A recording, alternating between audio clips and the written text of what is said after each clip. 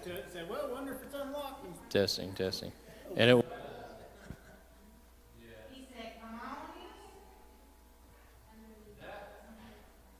don't have a problem that you guys are here. I have a problem that our church was that easily accessible. Exactly. That's why. Right. Well, and that's why. This is about because it's a business meeting. We were talking about like the rooms up in the back and more stuff, and you know.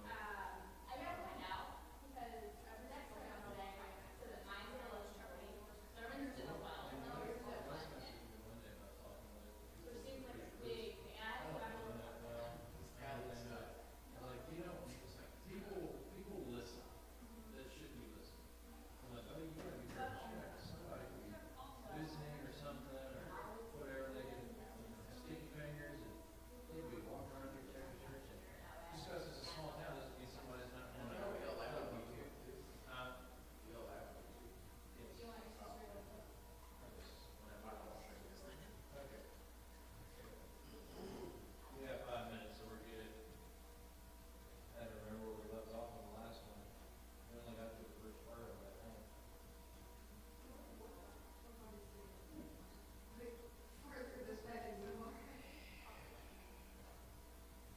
So, Ashley is leaving us at the end of July, 1st of August. Not now. It's still the 1st of August, it's the first part of August. While we, like I said, while we hate to see you go, you have our list. I was talking with Larry and stuff about it, and he was joking about it. We got to say, we're on page 55, number, the second part of the lesson 7. Lesson 7.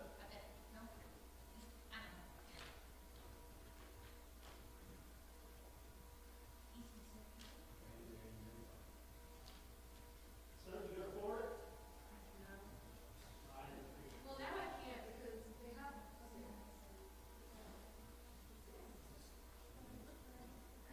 I'm still going to Wisconsin.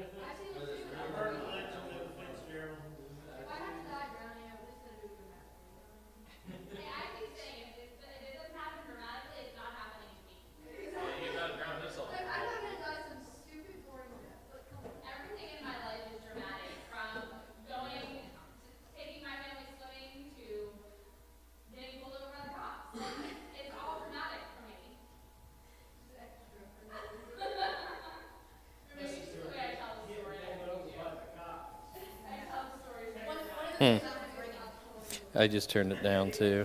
It's this microphone. What is it?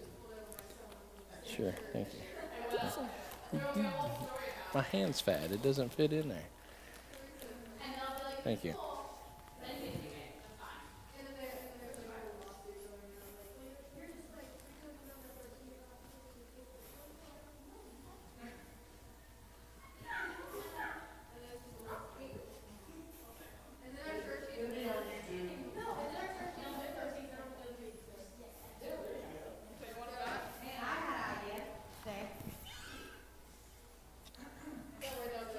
Instead of people holding up signs for food or money, we'll hold up signs for the church.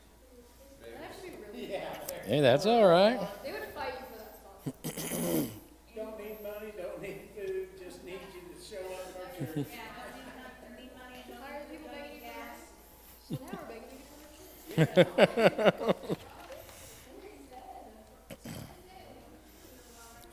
church. The pastor that I follow, oh wow, that's loud. I don't know why they have me turned up so loud back there.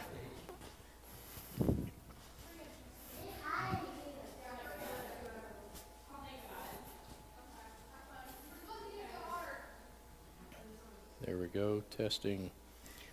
Maybe just a little bit. There we go, maybe. Awesome. There's the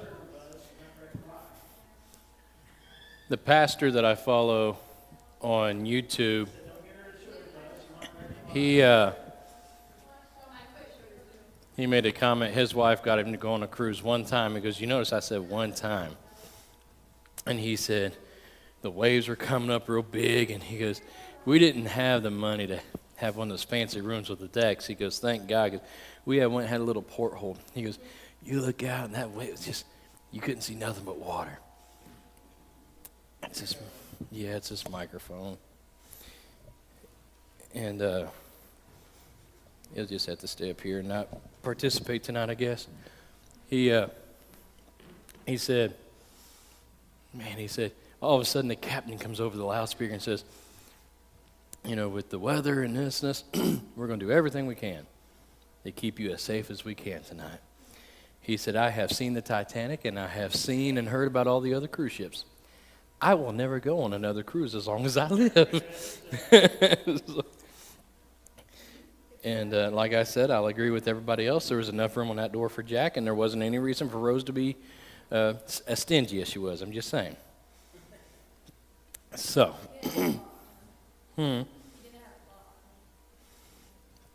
then now, you know, see the behind-the-scenes stuff and realize how big of your life was a lie, because you see just how deep the water was that he was in, and yet it was so shallow of where they filmed, he could have just stood up like, now look. But I did see something here recently about the Titanic and stuff, where as the bodies drifted down to the bottom of the water, there's remnants of like their shoes and stuff because of the material and the stuff that they used on the shoes. The water, even all these years, still has not messed with it, and the fish won't touch it because of the chemicals and stuff used in it. And it's just amazing to see where those shoes are, know that there was once a body in those shoes, and it's like, wow, it's just amazing.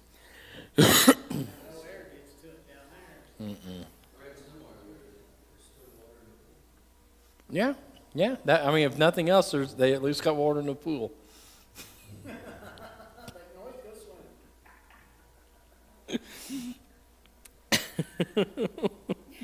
We got to behave. Aunt Jeanette's watching us now. I just got a notification. Oh, Father. She would enjoy it. Mary Phillips was supposed to be here tonight, but Blake's therapist, who's been helping her out, and was supposed to start coming to church with her, just found out she has COVID.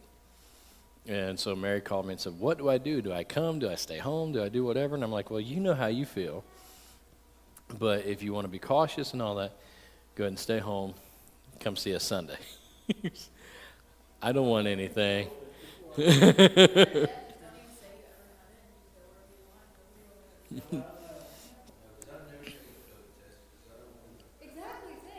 Well, It's basically like flu now, and so I'm not even gonna take a test unless I'm absolutely required to take one. yeah. I was required to take one. We had a choice here when Pastor Paul was here because we were following strict CDC guidelines. We could get a shot, get the COVID shot, or we'd have to wear a mask. If we got the shot, we didn't have to wear the mask. So I just went and got the shot. I didn't do boosters. I wasn't doing boosters. I'm not doing that whole rigmarole. And then this is not a political thing. It's not. This is just is what it is. Dr. Fauci has made me so mad when he has admitted to fabricating and lying about a lot of the COVID stuff. The 6 feet apart, the masks and all that. But yet the same people that I've had conversations with, even in our church, and said they fabricated it. I'm not saying it wasn't real. I'm not saying it wasn't serious, but it was blown out of proportion. No, they know what they're talking about. They know what they're talking about. Stop. Obviously something exists because we all know somebody who got sick. Well, A lot of people won't know what died. well, here's what's ironic. They were sick. Right. And here's what's ironic. When President Bush was in office, he was working on a COVID vaccine because he knew what China had and what they were doing. President Obama got in office, he 86'd that. We're not doing that. So when this all happened under Trump, and I'm not saying it's a left thing or a right thing, I'm just giving you what I know. Oh, well, they came out with that vaccine awfully quick. No, they didn't. They've been working on it. They've been testing it. And my sister-in-law, who, if she watches, I don't care. She can shoot me later. I'll argue with her till I'm Smurf blue in the face. I don't care. Said, oh, well, then the kids can't go out and buy the latest iPhone because they came out with it too quick. You can't even, that's not a comparison. I hate when somebody tries to have a valid argument with something completely invalid and ignorant. It's not. Exactly. Which I have learned. I've learned that the apples to apples game, I guess there's a adult version and then there's a family friendly version. And our last year in Anderson, before we came here, Jesse went with the women to the women's retreat, and they were playing apples for apples, and they realized it was not rated G. yeah. Because it was like, oh, and Jesse's like, oh, we should get that game. And then she's like, as we're playing, I'm like, no, we shouldn't. And then we did some research and found out there's 2 different versions of it. Because it's... Yeah, like, I never knew it was bad for, like, the longest time. Played you. And then, like, Yeah. they were like, oh, we should play that. I was like, I don't really know much about it, sure. And, like, he got it out, and I'm like, what in the heck is this? I play poker, but I haven't played it in forever. My stepdad always hated it. He's like, what kind of game is this? It goes off opinion. Like, there's, like, no strategy around it. You do it. Well, it's like what was it? I think we have like the 5-second rule, but then there's another game we have that will say, in your opinion, which one's better, this or something like that, and you'll give your answer, and it's like, well, it gives the answer this. Well, it just said your opinion, so therefore there's no fact, you know. I mean, right. And my grandma always said opinions are like buttholes. Everybody has them, and they all stink. There's one game called Worst Case Scenario. You do 5 cards with, like, some worst case scenarios, and then one person each round, like, picks the order, and then you have to, like, guess what they chose as their order. It's really fun. Like, you realize how much people have. What? I would have never thought you would pick that one as the order. There's this guy on Snap, and I think he's on TikTok and stuff, but he's got this thing called Babs Cat, and his cat has little sunglasses on. He'll read a question, and his cat will smack at one of the cards. You see, and like one of them was like, "What's the next outbreak?" or something like that, and he's got like I don't know how many hundreds, because I'm like, I've seen this question, but I don't know how he arranges the cards, whatever. But one of them was the plague, and I'm like, what? No. And that cat will just trot away like everything's all hunky-dory and everything. It's so weird.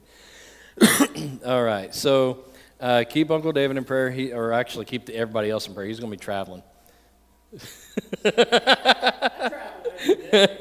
I know, but you're going to be traveling on the interstate, so we need to pray extra hard for those people. Through Chicago. Thurman was telling me about Chicago. He's like, Dad, he goes, I saw a thing that said Chicago style pizza. It had bullet holes all in it. It's like, oh man. So the Norfolk Southern race or whatever it is, like their biggest area is Chicago. I And bet. all those riots that were going on, they went to like out of the trains, like if they were stuck, then they were stuck too because they were over there. They're like escorted, and they're getting shot at. We went up to Chicago one time, me and my buddy and his wife. We got lost. So I said, we'll just pull over to this gas station and I'll go in and ask for how to get to where we want to go. And I went in and asked, and the guy at the gas station said, you shouldn't even be out of your car. Oh my gosh. Yeah, he said, you shouldn't even be out of your car. Oh my gosh. That's scary. And then like, bring it on. Yeah, I'm protected by the law. Amen. Amen. That'd be hilarious. You have like shades on, and it's like walking. Like there's like gangs behind you, it's like shooting you, it's like walking. You have your Bible in your hand. Yeah. Go missing. Yeah, there's just like bullets flying by. When we hear about the one-man sub that goes down, it's going to be them sending Ashley because they're going to we can't deal with this. You want to be arrested? Figure out the most dangerous one. Go. Ship to 700 East Mill Street, Summitville, Indiana. Care of First Baptist Church. Oh, Father. But keep Mary in prayer. Keep anyone traveling in prayer. I thought Dan was going to be with us tonight. I'm not sure where he's at tonight. He messaged me and told me he wouldn't be here tonight. Said he would. So I'm guessing he's not going to be here Sunday either. He said he'd see me at VBS. So I have no clue. I think. Excuse me. Keep Cody and Britton in prayer. They said they would be here this coming Sunday. So did I unlock the door? No. Well, yeah, Terrence went outside too. So I mean, they'll knock on the door normally. Yeah. Well, no, there's ones. I'll go unlock it real quick. But yeah, just keep them in prayers. I know Mary said she's not feeling anything right now, but still.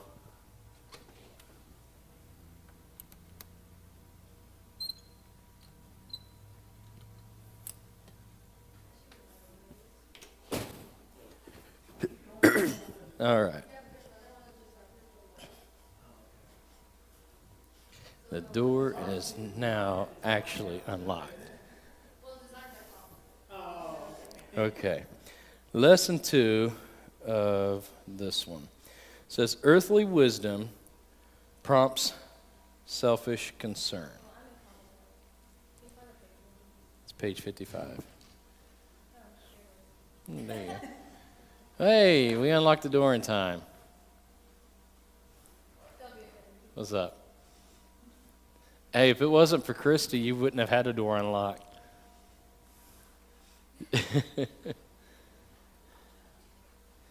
Will you go mute channel 5 back there for that microphone, please? It's still echoing. Thank you.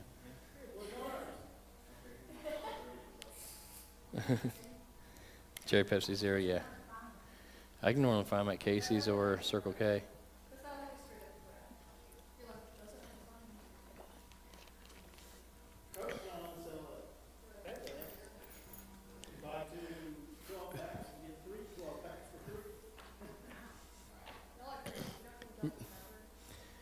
I like Dr. Pepper. I like the Dr. Pepper Zero too. I guess Pepsi. Actually, just drink water. You know, this thing of all water tastes the same. Somebody lied. No, Yes, that's a lie. All water does not taste the same. Somebody like no palate. Somebody has no palate. You can give them anything and they're not going to taste it. But water, not all water. Exactly. Because I guarantee you, you go to this water fountain back here and hit ours at school and whatever, it's different. No, I haven't, but that's crazy. Now I want to try it. I always get like cheapy ones. That's what we get. I just take Walmart or Kroger brand. I mean, Well, the water here is I say the water, our water in Ellick is like got a yellowish, brownish tint to it. I've noticed. So the water in Muncie tastes like rotten eggs. yeah, Soft I don't egg. like the water. ooh. All right. Yeah, just well. James 3:14 through 16. It reads, "But if you harbor bitter envy and selfish ambition in your hearts, do not boast about it or deny the truth. Such wisdom does not come from heaven, but is earthly, unspiritual, and demonic. For where you have envy and selfish ambition, there you find disorder and every evil practice. But if you harbor bitter envy and selfish ambition in your hearts, do not boast about it or deny the truth. Earthly wisdom reverses biblical values. Followers of Jesus would be conscience-stricken to find, however, bitter envy and selfish ambition in their hearts. The world, however, applauds people who excel by harnessing the power of these corrupt qualities. The competitive survival game shows on television rely on similar self-promoting values. Such wisdom does not come down from heaven, but is earthly, unspiritual, and demonic. The source of the wisdom is obvious from what it produces. Cattails do not grow in salt water, where you find them along the road or at the edge of a pond. And you know you have found fresh water. Bitter envy and selfish ambition do not grow in God's soil. Where you find these qualities, you know you have the evil dirt." Devil dirt? Yeah. Do what? When it says, don't boast about it or deny the truth, it doesn't mean deny the truth, but it's not from heaven, it's earthly. Yeah, so if you Deny the truth that you have that in your heart. if you harbor bitter envy and selfish ambitions in your heart, do not boast about it or deny truth. So, in other words, the best thing to do is not to deny it. Be honest about it. Be honest about what it is and where it came from, and basically deal with it, like approach it.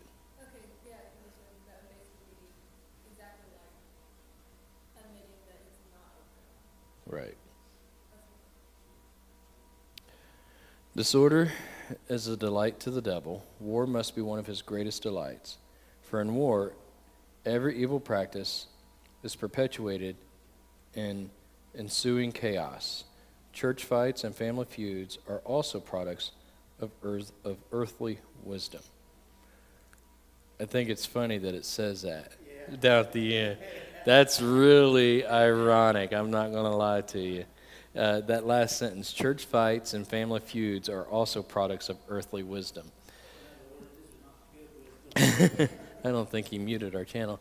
So that's the thing, like you think about a lot of times when we want to fight and argue with somebody about what we know, what's going on, this, that, the whole 9 yards. Like I said, even Sunday, I have heard and seen of churches that will split over one thing or the other. And, well, studies show people prefer this in church, or studies show people prefer that in church. I don't care what a study shows. I don't care what professionals say. I want to know what God says. And while we may be going on the downslope of the roller coaster at the moment, I believe that if we steady the course, continue pursuing God's truth, which is His Word, we can update the church. We can do different things. That's the one thing people don't understand when I say we have to learn to change. You know, at some point, maybe the pews come out and we have flex seating put in. Maybe at some point the carpet gets changed. We paint, we do whatever. Maybe we update the signs. There's things we can do that will update, upgrade, and maybe help bring people in. But at the end of the day, we could take out a loan, dump hundreds of thousands of dollars into this building and renovating.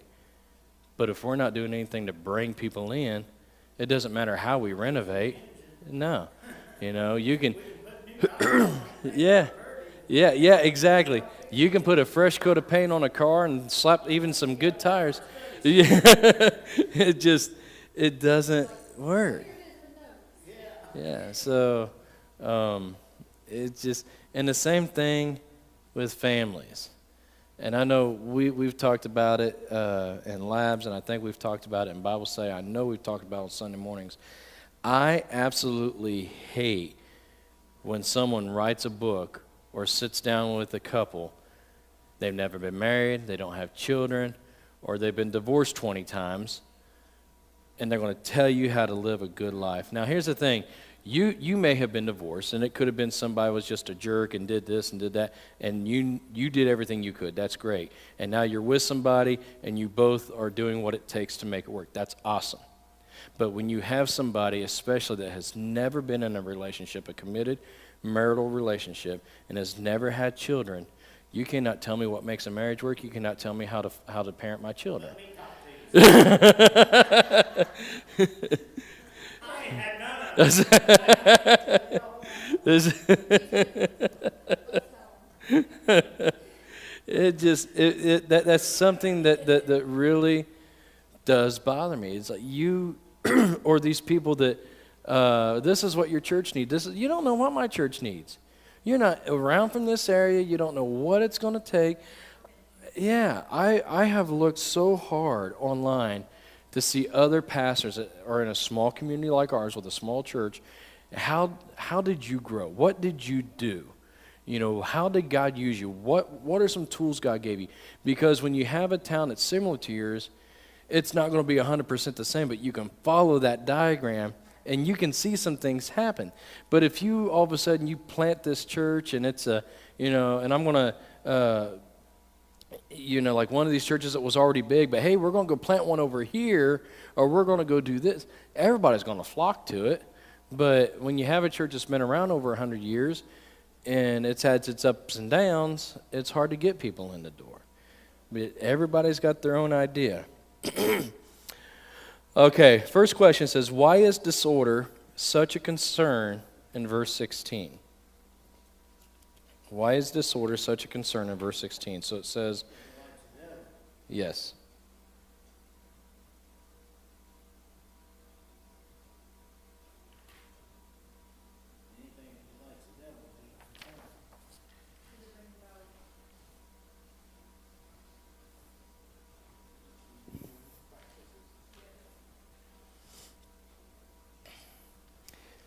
Yeah, just imagine who cares how it happens? Let's just go make it happen. You have to have some kind of order. Now, it doesn't mean, like we have an order for Sunday morning. It doesn't mean we have to stick to it. If people are flooding the altar, we'll have an altar service that day. I've always said I would love to have enough people, genuinely enough people that like are so spiritually convicted on having a baptism, then instead of preaching, we just do a full baptism service. Let's get through everything and just baptize people in place of the sermon. I think that speaks a lot of times more volume than talking. If you hold them under longer, it Take long.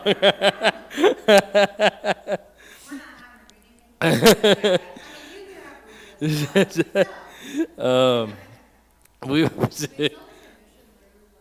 soul could be worshiped a couple times.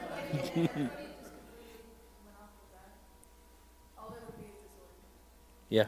Because like you can't have order if you don't have specific set of rules and if everybody has their own selfish thoughts of what should be done, then there's literally no. Well, it's funny you said. Thurman and I were watching some Piers Morgan yesterday. I don't remember what it was. Thurman was playing a game, and we were talking about something. I said, "Oh, that reminds me. I got to show you this." And I pulled up this thing of Piers Morgan, and it was, international Women's Day or whatever. And he He goes, don't you think that it kind of defeats the purpose of having a day like this where we celebrate women when somebody can just raise up their hand and goes, I identify as a woman? And she goes, well, then, and it's funny as he backed her into a quarter once, and she's like tried to crawl out of it a little bit. And he's like, so why can't I say, and there's a white woman and a black woman. I thought this black woman was going to spit her drink out all over the table and Piers. He goes, why can't I raise my hand and say, I'm Piers Morgan, I'm a black lesbian? And all of a sudden you hear, it's like she was. And she goes, well, it doesn't work that way. He goes, no, that's what you're saying. You're saying any man can, because I think, I know in the UK it's happening, and I'm sure it's probably happening here. We just haven't heard an abundance about it. But a man went to jail for being convicted of raping women, but all of a sudden as he's convicted, he identifies as a woman so he can go to an all-women's prison. Oh, that makes sense. Right? And so it's like, and so that's where a lot of this disorder comes in, this, I can, whatever. He goes, at this point, there's no limits. He goes, where's our morals? Where's our morale? Because at that point, there is no truth. Because your truth is your truth and my truth is my truth, but there's no absolute truth. And the very first thing that came to my mind, Caden read it during the labs last week, I think. I am the way, the truth, and the life.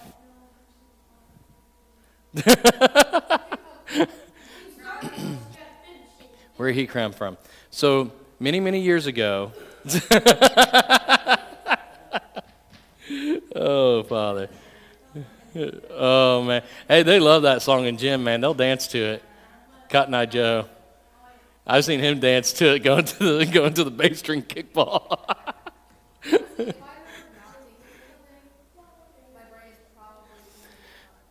So the funny thing is, I had a college professor do this with us one time, and I thought, that makes sense. He said, even if it's still and quiet, and he had us do this. He goes, if it's still and quiet, nobody's speaking, you're thinking of something. He goes, maybe not immediately, instantly. He goes, but in a matter of seconds, your mind wanders to something that's at the forefront of it. And I thought, that's scary. It's really scary. Oh, trust me, I know. I feel you. I feel you. And they didn't give me a pair of glasses, so I had to struggle the entire day without glasses. I had a dream I was a custodian at the school up there on vacation. I came back and everything was different. It's like, what is wrong with you guys? You didn't do this. I always give our custodians a hard time, especially Mr. Rob. Like, who told you could take a day off? It's like, you know this ship doesn't run clockwork when you're not here. Can Christians harbor bitter envy and selfish ambition in their hearts and still be Christians? Yeah, they can, but I mean, it doesn't just make you not interested. This here says no, but I disagree with it. I think it depends on what Christian. My thing is, I don't think we personally, like spiritually, we're holding on to it. Fleshly, we are. Fleshly, we are. But if we allow it to hang on to it so long, it can get ingrained into us spiritually. Exactly. So, and if you are, like Uncle David said, if you are, you're probably very early in your walk or have not had somebody there with you over the last X amount of years or whatever to help you strengthen your walk with Christ. And so you just, dare I say, you're one that you come to church, you open your Bible, that's the only time it gets open, you go home and you live your life like Satan the rest of the week. Not just in the word, but constantly be like with other Christians. Agree. Too easy to get attached. Today we were talking about Christians talking about people. She said, we said we'd be like, I'd like to see the neighbors of ours that we give you, but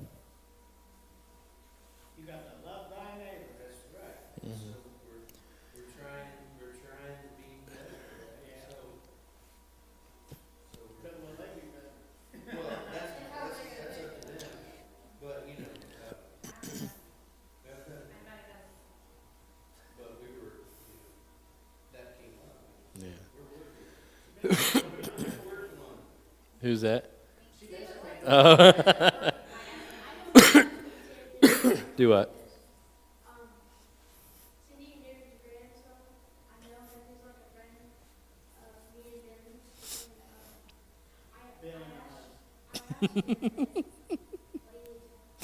He was correcting your grammar. He said Ben and I.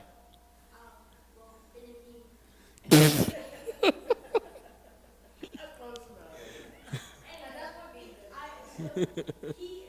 Josh is saved. His whole family's saved, except for his little sister Abby. And he told me that his grandpa's saved, Darren, but Cindy's not. So Cindy could get saved if she wants to, but if she don't, I don't know what's gonna happen. Lung disease.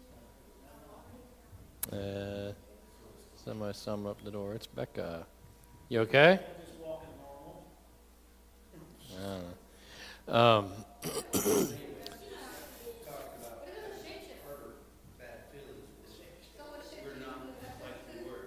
Right. I had a lot of anger for years. Anger and hatred.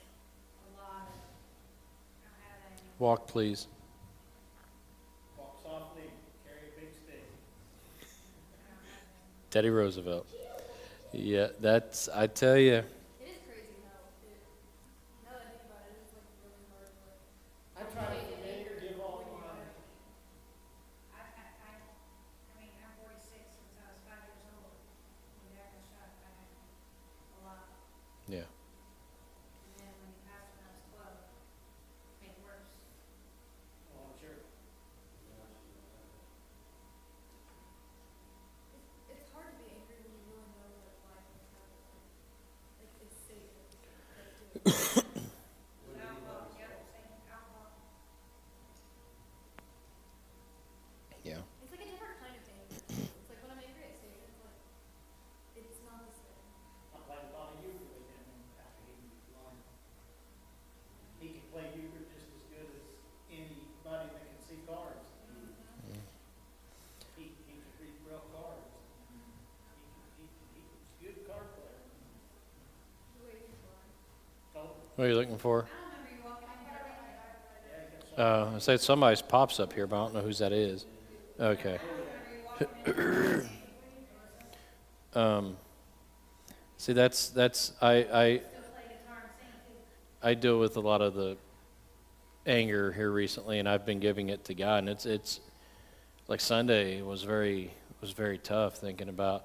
And I told Jesse with everything we're going through, and then having that conversation with my brother, I'm like, it's so weird how everything happened this last week or two, and just Saturday that conversation, and my schedule is made out a year in advance. I already got next year's schedule already done on what we're talking about. Doesn't mean it won't change, but and then all of a sudden the sermon comes up on struggles, and it's like, and that's been, like I said, I'm an open book, and if anybody gets upset that's related to me, that's your tough luck. I'm just going to be honest. The best way to break a generational curse is to talk about it and give it to God.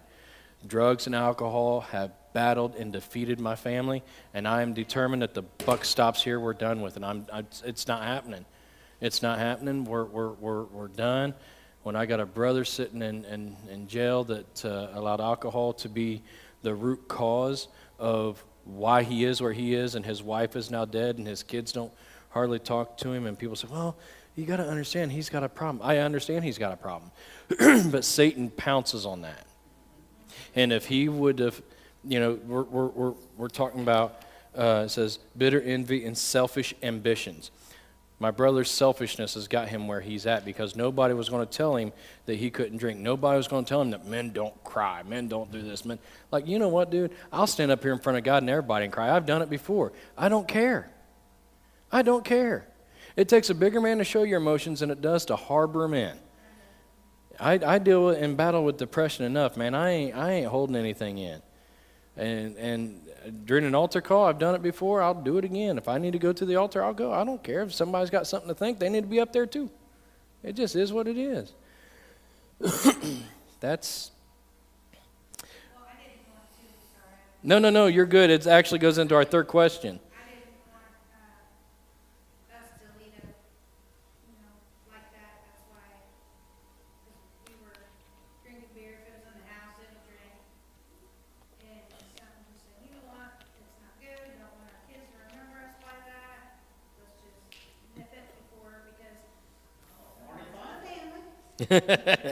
Nip it in the butt. Yeah, You gotta pound that pistol like he did. Oh, Father. Yeah.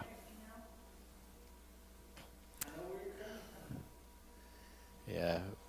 During the day of our renewal, my sister-in-law showed me, it's public record, she showed me that as of right now, the earliest possible release date for Jason, which will be July of 2035, so that's 11 years from next month still. So that'll be his 15 years served, and then he'll have, give me 1 second, that'll put both of my boys, definitely graduated and probably more than likely moved out.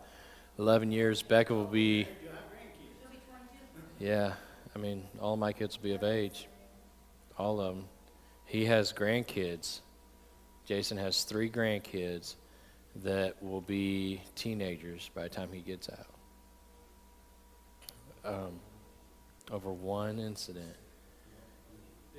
Yeah. And people don't realize, it's like it just happened. It didn't just happen. But that's where all this, we're still ringing for some reason.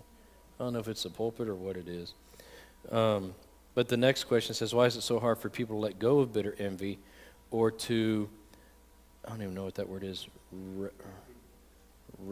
See, that's what I'm saying. I don't like these questions because they put them in like philosophical. We got to talk like we're had a theological class.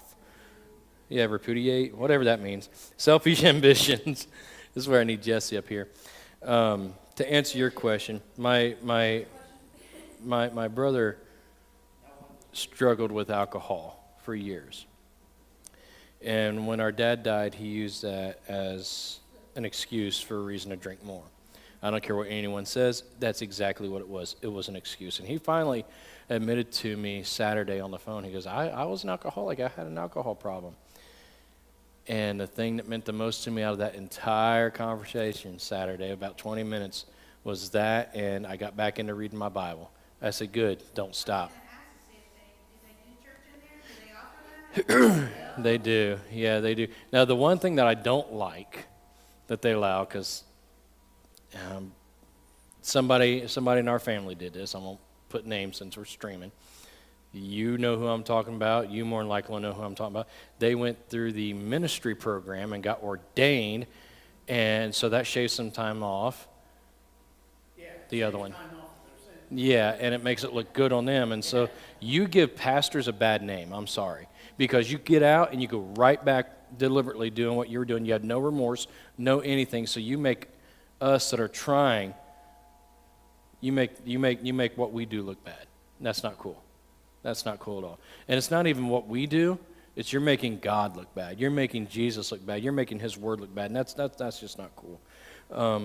But my brother, Father's Day, 2020, June 2020, had too much to drink, tried to commit suicide. My sister-in-law called the police.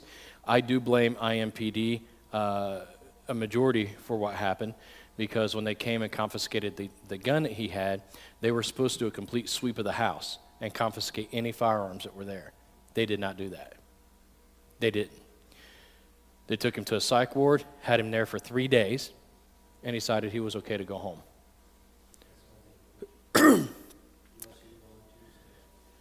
Well, I think his wife could have probably fought it, but she didn't. I have no clue. But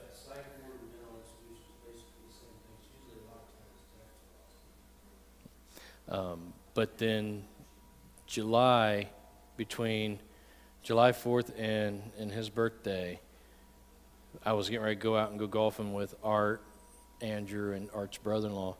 And we were at the first hole. I was getting ready to tee. I had my ball and tee in one hand, had my club in the other, and I was thinking, man, there's a lot of people out here.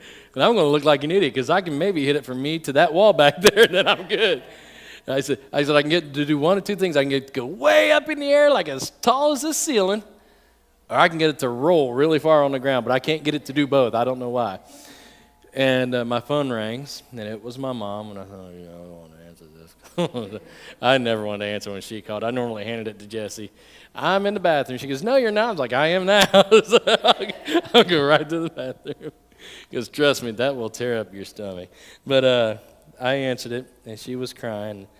She said, Jason's in jail. And I'm not going to lie, I thought, well, who did he hit with his car? Was he out drinking? You know, all the things that ran through my mind. And she goes, he shot Jill. I said, I'm sorry, do what? She goes, he shot Jill. I said, well, how is she? She goes, she's dead. I still get cold chills. And the next thing out of my mom's mouth floored me, because it had nothing to do with my nieces, had nothing to do with Jill's family. The first thing out of my mom's mouth, out of all that, and Uncle David, you already know where I'm going. She goes, and I don't know how to get him out. Are you serious? So all this jewelry and stuff that my mom had and all these other things, when she passed away, we couldn't find. I think she hawked or pawned. She did something with it to help pay for his lawyer. And he always had hundreds of dollars a month on his books. Like, dude, I can't. You're going to do good if you get $20 a month for me. I'm sorry, I just can't swing it. And so anyways, what he tried to commit suicide again. He had one of my stepdad's shotguns. And he had it like this, and she went to pull it down instead of off to the side. And my nieces, 2 out of 3 of my nieces are like right there peeking around the corner when it happened. And she went to pull it down. He tried to jerk the gun back, and he was holding it still like this. And when he did, he pulled the trigger. And it killed her, like it shredded her insides. And my 2 oldest nieces saw it and watched their mom die right there on the floor. And I know I shared this with Chrissy. I think Uncle Dave and I even talked about it. I remember my mom, my best friend Lee, who stood up there with me during our vow renewal, he's a retired cop, and I was talking to him about it. My mom's like, when this is all said and done, we can get Harold's gun back, because that was my stepdad's gun. She goes, you need to go get it. Well, I had my mom on speaker. Before I could say anything, Jesse goes, I don't want that gun in my house. I don't want it in my house. I don't want a reminder of what it did, let alone who it did it to. And I said, Mom, I can't do it. Jesse said, no, I'm not bringing that gun into my house. It's not happening. Because to me, that's a shrine of what that gun did. I don't want that. And Lee goes, I'm telling you right now, he goes, even after the trial's done, there's going to be all kinds of red tapes and hoops and hurdles you got to get through to get to it. He goes, Brian, the best thing to do is just let him dismantle it, melt it down, and make it somebody's next bicycle or something. So it sounds good to me. And so, goes back to that selfish thing, we got to get off this high horse of we're better than anybody else, or we're this or we're that, when we can just go to God and let God deal with it. And again, that's where the assembly comes in. Because when my dad died, when my aunt died, even when my mom died, when Jesse and I went through stuff, our church was the ones that was there and prayed with us and guided us. And man, I tell you what, you want to see people come together, go through a hard time while you're in the church, and watch people just love you to death and pray with you and comfort you. Like that's better than some blood family you got. I mean, it really is. I told Uncle Dave one day, I said I've adopted all of y'all, because we don't have much family left. I mean, there's very few of us left on our side of the family, and I felt you're good, buddy. Half of the people literally in this church are my family. Like I said, you feel like the distant cousin that we didn't know we had until you came, and now you're getting ready to leave again. But as long as you visit when you're in and you come back, exactly. I tell you, Becca has cried a couple nights. She's like, I got this sisterhood with Ashley, and she's leaving, and like she has just been depressed, not talking, She's going to go with Christy Friday and help at the Hope Center, but she's been so depressed because she had fun when you came to her birthday last year. And she's like, she won't be here this year. I'm like, honey, you still have her number. You guys can chat when she can and things. I'm like, and she'll get to come in and visit. And I think Christy told her that too. You'll get to visit and stuff. And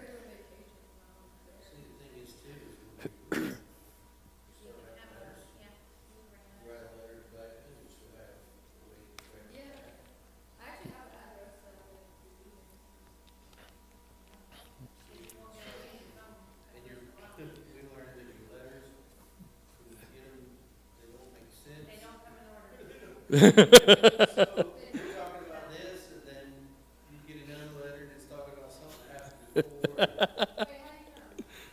their daughter. Daughter, you know, listen to the show? She was in national. And her husband was an anointed. Yeah, they get to come every other weekend because of their work.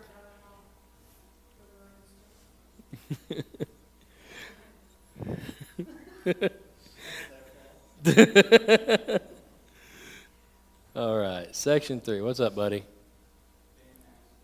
It's right here behind Christy. Section 3 says, heavenly wisdom blesses others and ourselves. It's focused on verses 17 and 18. It says, but the wisdom that comes from heaven is first of all pure, then peace, love, considerate, submissive, full of mercy and good fruit, impartial and sincere, peacemakers who sow in peace reap a harvest of righteousness. I hope this is going where I think it's going. But the wisdom that comes from heaven is first of all pure. Verse 17 lists all the products of heavenly wisdom. Topping the list is purity. Jesus said the greatest commandment is love the Lord your God with all your heart, and with all your soul, and with all your mind. Such love purifies our hearts. James wrote to troubled churches in verses 17 and 18. He listed the qualities they should find in themselves if they are rooted in heavenly wisdom. The absence of these qualities would give the Spirit opportunity to convict and spur them toward the right source of wisdom. How about you? Are you pure, peace-loving, considerate, submissive, full of mercy and good fruit, impartial and sincere? And would you be a disciple of Jesus Christ? Oh, yeah. You must have these qualities where you find resistance in yourself. You will want to know why. You will labor at it and pray about it until all recollection in you is gone and the Spirit is free to make you like Jesus. Verse 18 is a fitting motto for the believer. Peacemakers who sow in peace reap a harvest of righteousness. Such a life is a blessing to others and to ourselves. So how does loving God purify our hearts? I think that should be pretty simple. Try to be peacemakers.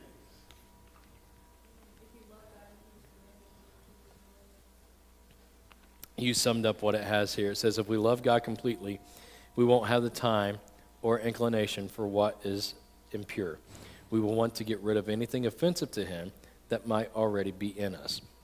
The more we draw towards loving God, and the harder we read, we pray, we do all these things to get closer to God and make our relationship with Him stronger, the less of the world we have to influence us and be in us. Kind of like what you were saying about, you don't have to be here, but man, it makes it a lot easier to when you're. It's seriously so much. It is. It's not like the biggest difference in the world where it's like, oh my gosh, the church, like everything changed. No, just No. a little thing here and there, like helps keep you. I can tell you right now, the last week and even these last 2 days, Monday and Tuesday, I have felt like an elephant's been sitting on my chest, just been stressed out, don't know why, just depression, struggle, just everything. And just sitting there one day watching Thurman play a game, and I felt like my heart was racing. I felt like I couldn't breathe, like my chest was being pushed in. And today, I don't know if it's just knowing we have Bible study tonight and just knowing we were all going to be here. Like, I woke up, and I had this smile on my face. I was like, hey, it's going to be a good day. And I sit there smiling. I had my head in my hand like this at one point, and Becky goes, you okay? I'm like, yeah, I'm good. Good. I know we got church tonight, and, exactly. When you have that feeling, just knowing you're going to be in God's house and with people, tell me that doesn't do something. I know. Because a lot of times in our lives, we are alone, but we're on our own physically. We're not around other Christians, and we have to do a lot of things that we have to do. So we like the opportunity to be like, it's like, I just feel so blessed. And just like those other times, you couldn't even do this. Yeah, exactly. You'd be arrested or shot. Yeah, you even mention His name. You even let them see a glimpse of your Bible. I mean, seriously, they'll It's great that it's the same world. We think our country's so bad. exactly. I literally cry every time I hear it. Or, You don't take it I with you? can hold it in really hard. I can hold Oh, I got a song after this you got to look up. I'll wait till we're not streaming, but I'll give you a song to look up. Because when I first heard it, I'm like, I don't like the language, but he's got a wonderful point. God bless America. Uh, my thing, and that's the thing, is like what we become is not who we are. And people get that so mixed up. Like, America used to be this, now it's this. No, it's never this. It's always been this, but we allow this garbage to happen. And I hate social media. A lot of the stuff that you see that we become is not very good. It's a lot of media stuff that's been put out there. Yeah. Whereas you get down home boys, down in, outskirts of town and nowhere, Indiana, Kentucky, it's different. It's like, It's like what we imagine, what we grew up with. South is so nice. Love South. And is this your major city? Our countries outside of Yeah, even that. see what is all put on. Mhm. Oh, they're really going down, but it's not. I told Jesse, I said I would love to take a vacation one time where we have no phones, we have nothing, we're not doing anything. We can just live old school. We, I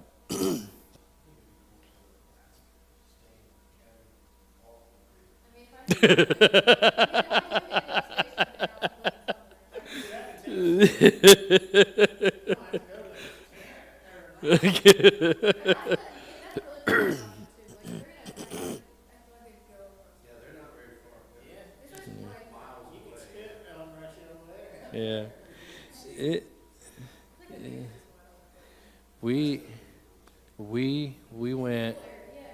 We went on vacation. It was during COVID. Right before we came here, we went down to Indy, and of course, every hotel's rates are like through the floor, like they were just cheap. And the hotel we booked through with Hotels.com had canceled on us because we'd already paid for it. So they refunded the money, and Jesse's like, "No, we're still going to go." It was during COVID. I don't know why they canceled on us, but everything was starting to open back up then. So it was right before we came here. And matter of fact, we went that Thursday, and we had all day Friday. We came back Saturday, and then that Sunday we were here. And I was like, I just want to take some time and have some family time, be off the grid.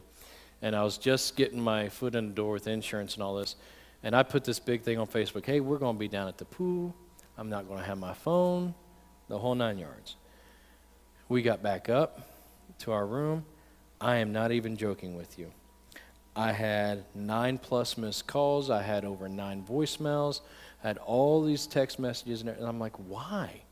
I told everybody, we're not, unless you really need us, we're not going to be here. When we went to Pennsylvania last year during spring break, I told the church, like, look, if you really need me, call me. If something happens to somebody, if you need prayer, that's fine, call me. But don't call me just to say, Pastor, I woke up this morning, I was reading this verse, and I thought I really needed that verse today. Good. But I don't need to know that. I'm sorry, I don't. Right? I need the relief of knowing that I know that you know now. Like, I don't. So it's like, at one point, I finally had to put in a newsletter, and maybe right after you all started, I had to put in a newsletter. Between these hours and these hours, you can call, phone, or text. Yeah, but if it's an emergency, feel free to contact me at any time. But I would be laying down, and there's somebody that would blow my phone up 12, 11, 1, 2 o'clock in the morning. And no. And I say she lives right around the corner from me, so it'd be easier for her to just come over and get my dogs going.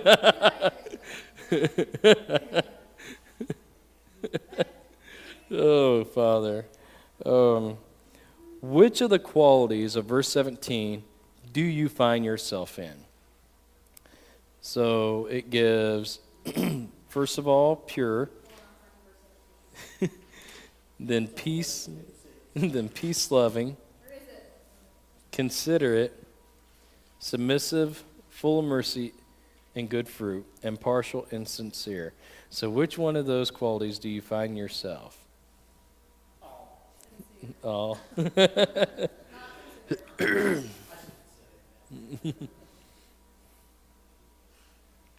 not consider it? That's probably not Far from mine. considerate. That's probably not the one I would use to describe myself. I would say the one that I feel like I fault to the most is submissive. I want to be so submissive to God, and sometimes that gets us in trouble with people. Yeah, sure. You know, whether, oh, you went over on time, or you did this. You know, that's the one thing I love about Wednesday nights. There's times oh, crap, it's 7:15. Well, let's go ahead and finish the lesson. You know, I know. And I'll tell you, when we had revival, I loved revival. It was great. It was fun. I had a blast with it. But at the same time, I remember looking at Jesse and like, you know, what I really don't like is it interrupted our church schedule.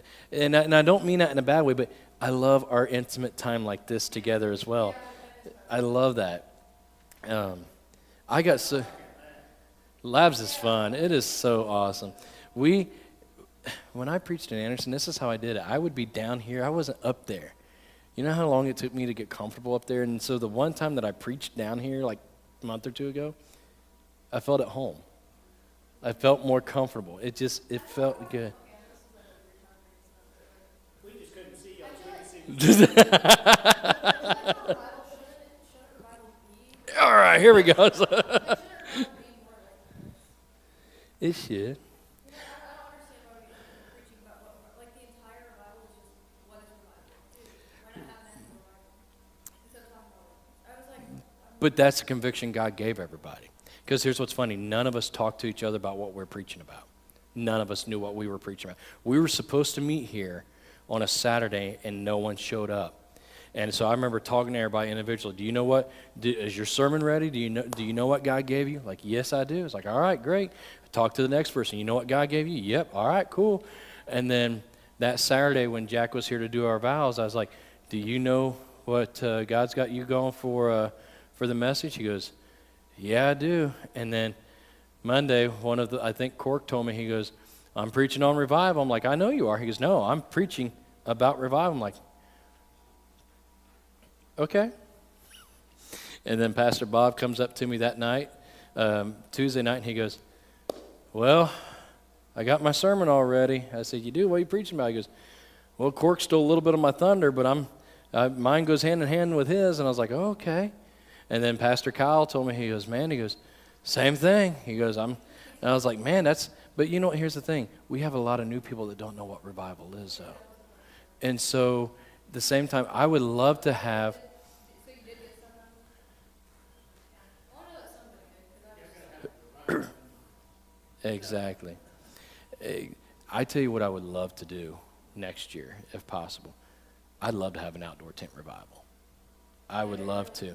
I would seriously love to. Is it going to be hot? Yes, it will be. But man, we got to have fun with it. Somebody. Exactly. It makes it easier to draw people in. You look at the Billy Graham tent revival that happened out in California. I say decades ago, but I guess it was at that point now. But it was called the Campus Cathedral. And there's a plaque there, a historical plaque that marks, there's a building there now, but this thing was like, you picture it going from this corner to that corner. It pretty much took this whole block that we're sitting on, which is really cool. And they were only supposed to be there like 3 or 4 days or whatever, or maybe up to a week, and they were there for weeks. And they finally got booted out because they went as long as they could, but now that somebody else had rented that spot and they had to go because there was enough people that wanted to keep it. That's what the revival should be. Like, that's what it really should be, and we should encourage that. But if we're outside, like you said, people walking by, they see that and all, they can come and be a part of it. Now, I know it's stuffy in here, but here's the thing. Like I was telling Charlie, because Charlie said Sunday, this side, the air wasn't working right or something. And I said, you know what? I said, even if only one side's working, be thankful we have any kind of cool air. because it could be back in the days before we had air conditioning. And that's sad, isn't it? That's sad. You look at pictures of like when my great-grandfather preached. Yeah, because this was added, I'm guessing, probably about the time they built on or whatever. Probably started out with, Because you can tell these vents aren't supposed to be here originally. Because if you go downstairs, where these vents run, it blocks all the downstairs windows.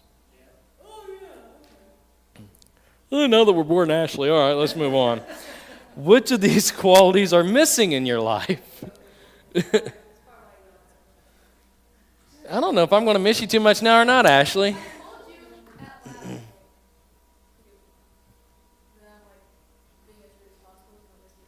Mm-hmm. Yeah. Which of these qualities are missing from your life?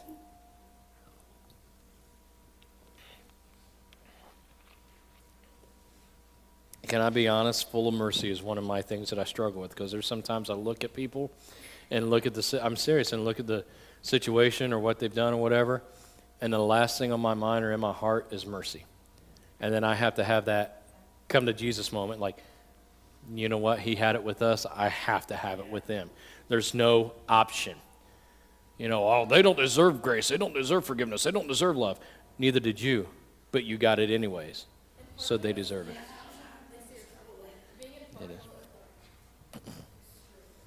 It is. It is. It is. oh, well, I'm not saying I've got that mastered yet.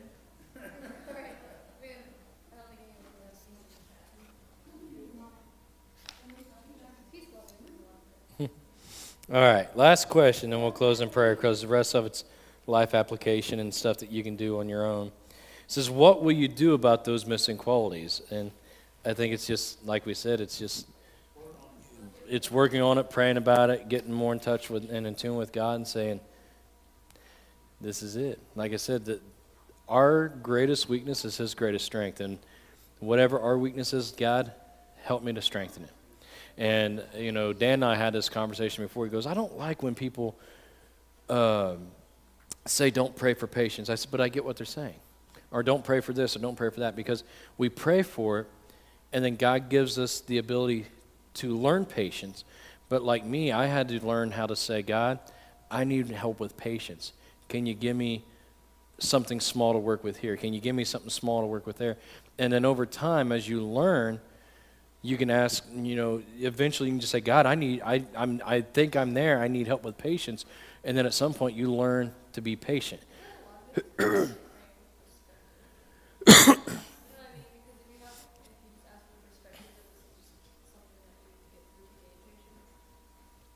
Well, exactly. And that brings up what I was going to say is, you know, like I said, we can learn a lot. We can learn a lot from secular movies. The movie Evan Almighty with Morgan Freeman and Steve Carell. I don't disagree, but there's good lessons in them, especially like your dad and I were talking the other day with Jesse, is when you see things, as you watch movies growing up, oh, it's a movie, it's entertainment, because you don't truly understand what they're teaching you. And then as an adult, you can watch it, and you still kind of have that same focal point, but then you're like, oh, okay, I see where they're getting at with that.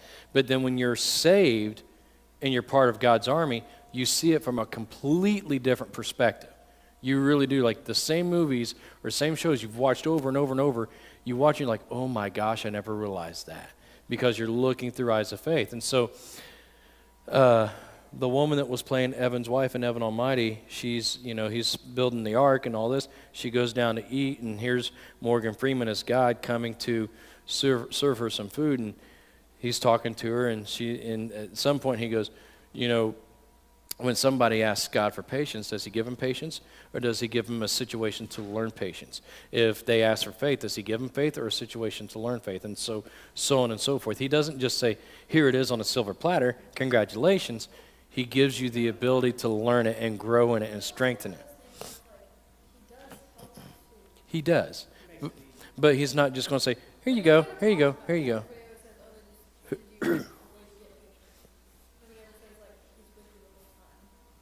Well, I have tried to preach on it, but I have people hollering out, well, this. Well, you can say this or that all you want, but the thing is, if you're trying to do it on your own, God's going to let you do it on your own. That's the free will part. But if you say, Lord, I'm trying and I need help, He's going to be there to help you. He's going to be there to guide you and get you through it. But He's not going to do it for you.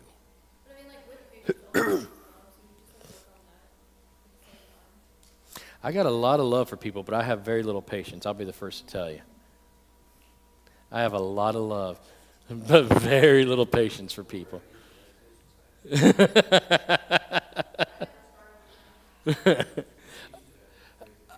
Being very serious, between being married, having kids, and being in ministry, I have learned over the last 21 years to be more patient. Doesn't mean I am more patient, but I have learned. Yes, I have learned, but it's still not where it needs to be. And it will never be where it needs to be until God calls me home. But I am a lot better now than I was 5 years ago or 10 years ago. And, yeah, I mean, it's... I need to learn patience behind the wheel of the car. You and me both. You and me both. That's easy, but No. not when you're late for work. Like, when I'm Period. late for work, it's like, I don't even have to be late. No. If you're not doing the speed limit or. Oh, man. Oh, man. okay, someone's going below the speed limit, then I'm like, get out of the way. But Oh. I'm actually not if I'm not, but if I'm stuck I tell you, going anywhere and they're going below, my patience can go from a 10 to a negative 20 and 0 to 60. Especially, and I don't care, Thurman, shut me off back there, would you? they don't shoot. Oh, I thought you were in my office. Go ahead and shut me off, please. Just flip the switch. Just turn it all off.